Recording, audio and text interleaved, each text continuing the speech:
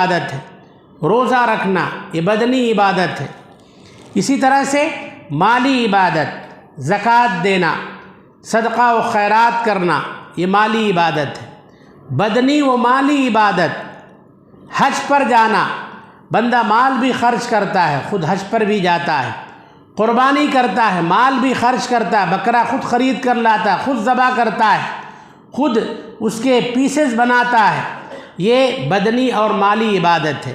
تو یہ ہر طرح کی عبادتوں کا مستحق کون ہے؟ صرف اور صرف اللہ تعالیٰ ہے۔ جب ہم کہتے ہیں ایاک نعبد و ایاک نستعین، تو ہم گویا اعتراف کرتے ہیں کہ اے اللہ ہر طرح کی عبادتوں کے لائق اور سزاوار صرف اور صرف تیری ہی ذات ہے۔ آگے اللہ نے فرمایا اہدنا الصراط المستقیم، بندہ اللہ سے دعا کرتا ہے، ہر نماز میں دعا کرتا ہے، بلکہ نماز کی ہر رکعت میں دعا کرتا ہے، اے ہمارے پروردگار تو ہمیں سیدھا راستہ دکھا۔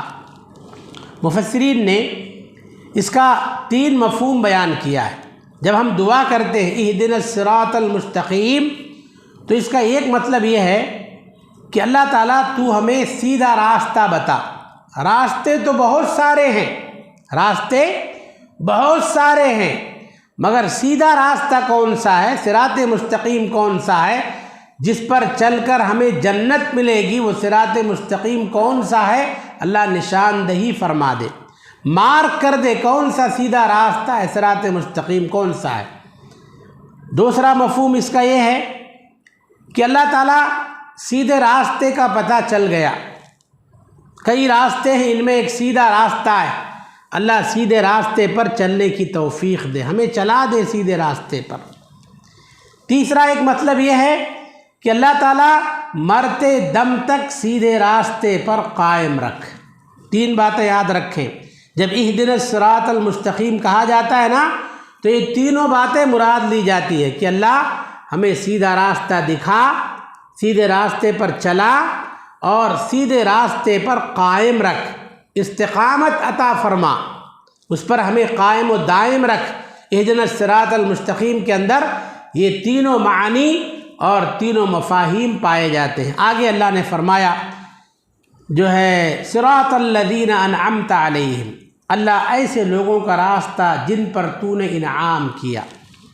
منعم علیہ، اللہ نے کن کن پر انعام کیا؟ منعم علیہ گروہ کون ہے؟ اللہ تعالیٰ نے سورۃ النساء میں فرمایا منعم علیہ ومن یطع اللہ والرسول فاولئک مع الذین انعم اللہ علیہم من النبیین والصدیقین والشہداء والصالحین، نبیوں کا راستہ اور سچوں کا راستہ، نیک لوگوں کا راستہ، تیرے دوستوں کا راستہ، شہیدوں کا راستہ، اللہ تعالیٰ ایسے راستے پر تو ہمیں قائم و دائم رکھ۔ غیر المغضوب علیہم ولا الضالین، ان لوگوں کا راستہ نہیں جن پر تیرا غضب نازل ہوا، جو تیرے غیظ و غضب کے مستحق ہوئے، اللہ تعالیٰ ایسے لوگوں کا راستہ نہیں دکھانا، ایسے لوگوں کے راستے پر نہیں چلانا۔ غیر المغضوب علیہم سے مراد یہودی ہیں، اللہ تعالیٰ یہودیوں کے طور طریقوں سے ہماری حفاظت فرما، ہم کو بچا لے۔ ولا الضالین، اور نہ ان لوگوں کا راستہ جو گمراہ ہو گئے۔ ضالین سے مراد عیسائی ہے۔ مطلب یہ ہے کہ آدمی صراط مستقیم پر اسی وقت گامزن رہ سکتا ہے جب وہ یہودیوں کے طور طریقوں سے بھی اجتناب کرے اور عیسائیوں کے طور طریقوں سے بھی اجتناب کرے۔ صراط مستقیم پر بندہ اسی وقت مانا جائے گا جب وہ نبیوں کا راستہ، سچوں کا راستہ، شہیدوں کا راستہ، نیک لوگوں کا راستہ اختیار کرے۔ اس سورہ کے اختتام پر آمین کہا جاتا ہے۔ آمین کا مطلب اے اللہ تو ہماری دعا قبول کر لے۔ تو یہ سورۃ الفاتحہ ہے جس کی میں نے مختصر تفسیر آپ کے سامنے پیش کی ہے، جس کے تعلق سے کچھ موٹی موٹی باتیں آپ کے سامنے ذکر کی ہیں۔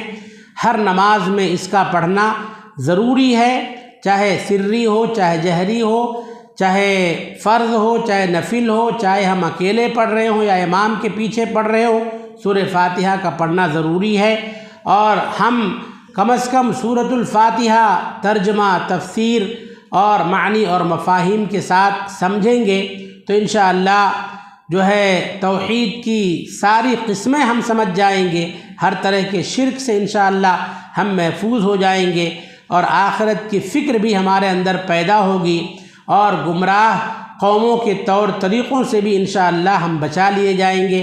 بس انہی کلمات پر میں اپنی باتیں ختم کر رہا ہوں۔ اللہ تعالیٰ سے میری دعا ہے کہ رب العالمین ہم تمام لوگوں کو سمجھ کر قرآن مجید پڑھنے کی توفیق عطا فرمائے۔ اللہ تعالیٰ ہم سب کی چھوٹی بڑی تمام عبادتیں قبول فرمائے۔ اللہ تعالیٰ ہمارے چھوٹے بڑے تمام گناہوں کی مغفرت فرمائے۔ آمین ثم آمین، وآخر دعوانا ان الحمد للہ رب العالمین، والسلام علیکم ورحمۃ اللہ وبرکاتہ۔ سبحانک اللہم وبحمدک، اشہد ان لا الہ الا انت، استغفرک واتوب الیک۔ محترم حضرات، آپ لوگ تھوڑا ٹھہر جائیں۔